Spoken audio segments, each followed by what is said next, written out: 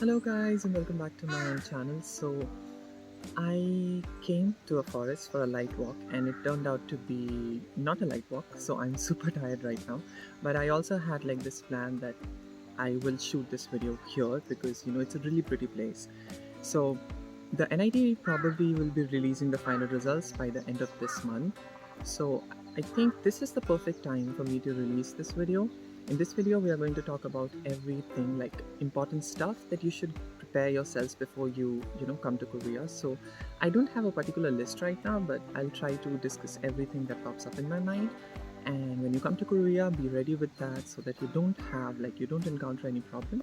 So yeah, let's get into the video. The very first thing which NID has itself mentioned in the guidelines is to prepare the documents. And I cannot stress more on this. So always prepare one set of your apostille documents and bring them with you, because when we change visa we don't know which documents will require, so you might end up needing any document, and at that moment when you have to change your visa, getting the documents again from India, it's quite a hassle, right? And the second most important thing I would be saying is money, because when you come here you don't start getting this stipend immediately, right? So like for example, it depends on universities. When I came here, my university was pretty quick where I'm doing my language training. So we received our money, like I came here on 27th of August and I got my first month stipend on 16th of September, right?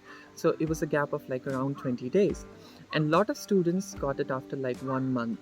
So it's highly recommended that you prepare money for like the first month, just in case you have money, and you can use it for like anything you want, because you'll be shopping and you'll be doing a lot of stuff, you'll be like preparing yourself to start your life in Korea. So it's highly recommended that you have some savings and you bring that money with you. Okay, now very important thing. So Korea has a Western culture of using tissue paper.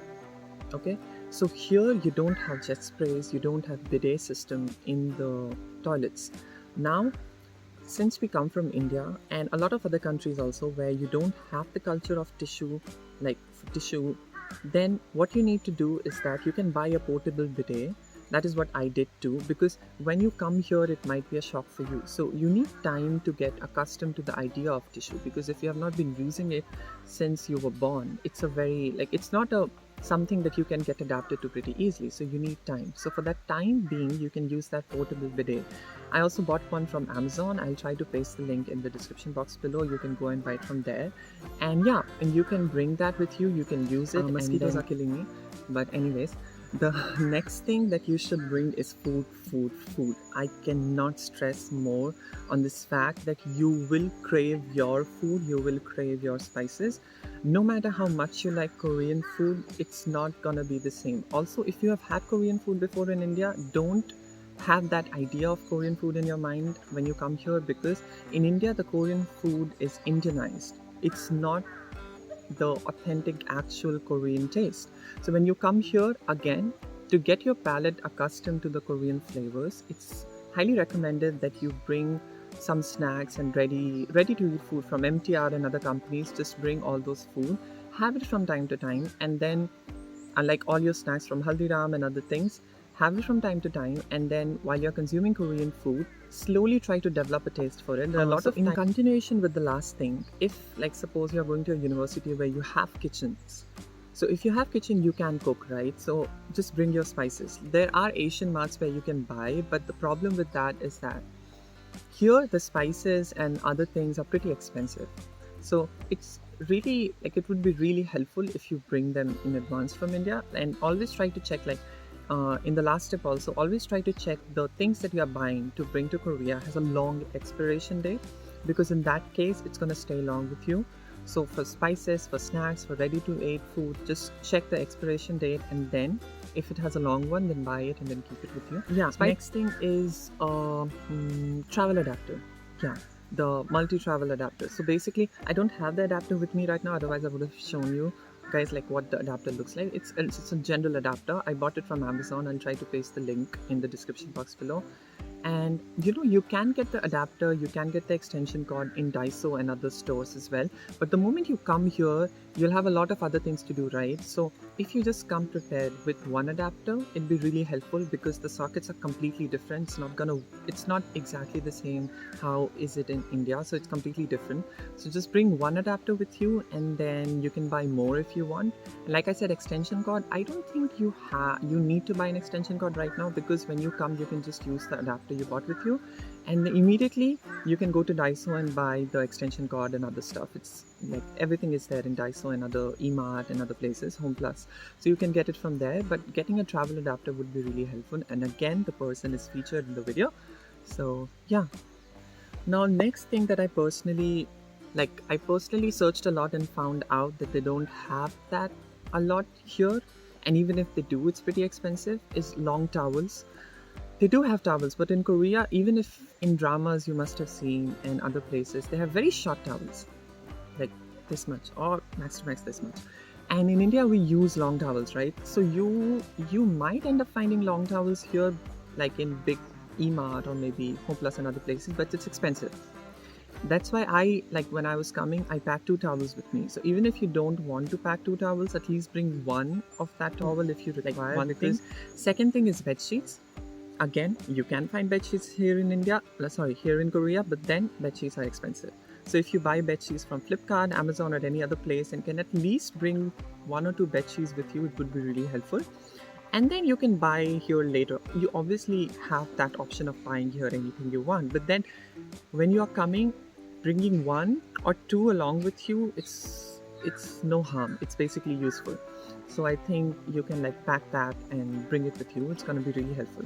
And I know I've already said multiple times that, again, the next most important thing is the next most important thing. But this is, I think, one of the most important things that you need to bring with you are medicines.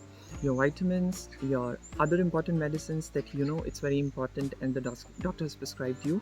It's very important. The reason being, in Korea, it's not like India. Like, for example, in India, you go to a medical shop and you can get the medicine you want, right? In Korea, it's not like that. So whenever you need to buy a medicine, you'll have to go to the doctor, and if the doctor prescribes you the medicine, then you go to the pharmacy and get the medicines. And when you get the medicines from the pharmacy, they don't give you strips like they give in India. They give you pouches made of medicines in which the tablets are already there. So you don't even know which medicine you're taking, because the medicines are out of the strips in small pouches. So, and also, like, for example, antibiotics and other stuff, they are not over-the-counter medicine in Korea. So you cannot just go to a pharmacy and buy them. For every other problem, you have to go to the doctor, and if the doctor prescribes the medicine, then you'll get the medicine. So it's a very long process. So if you have a medical condition, for example, or a certain medicine works for you, just get those medicines prescribed by your doctor, get a doctor's note, and the bill of the medicine and the doctor's note. Keep it with you and bring it here. Again, check the expiration date and have a medicine which has a really long expiration date so that it can stay with you for a long. I think I covered everything. If you guys have any specific questions, just drop them in the comment box below and I'll reply as soon as I can. And yeah, just depending on the airline which is being booked for you, you can pack accordingly, because for example, they booked Air India for me, so I had around 56 kgs. I was allowed 56 kgs, so I was able to pack well. It depends on the airline they'll be booking for you. A lot of the scholars who came last year with me, they came with Singapore Airlines or other airlines, and they only allow you 30 kgs. So depending on the airline which is booked for you, you can pack accordingly. But the things which I personally packed, and the things that I think would be really important for you to bring and would be really helpful, I suggested all of those. And yeah, like I said, if you have any questions, just drop them in the box below. And if you like this video, give it a big thumbs up. Until I see you again, bye-bye. And yeah, don't forget to subscribe if you haven't done it. And wait, another thing which might be one of the most important things to prepare for a lot of you would be prepare your mind. So when you move from a country and a whole different culture to another country and a completely different culture, What happens, there are a lot of things that you experience that might be a shock for you, a lot of things which is completely opposite of what you have seen, what you have experienced. So just prepare your mind and be ready for what's about to come next. You can research about Korea beforehand. Obviously, if you are applying for this scholarship, you have already done your research, but research about the way people live in Korea instead of researching just about your college and other stuff, how people live, how they behave. There are a lot of content available on YouTube and other platforms.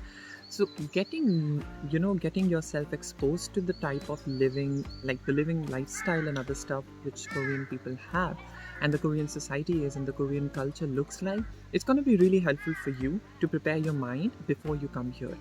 And then eventually, like, experiences teach everyone, and it's going to be the same for most of you too. So yeah, so just come and enjoy and take the take this opportunity to learn as much as you can. Yeah.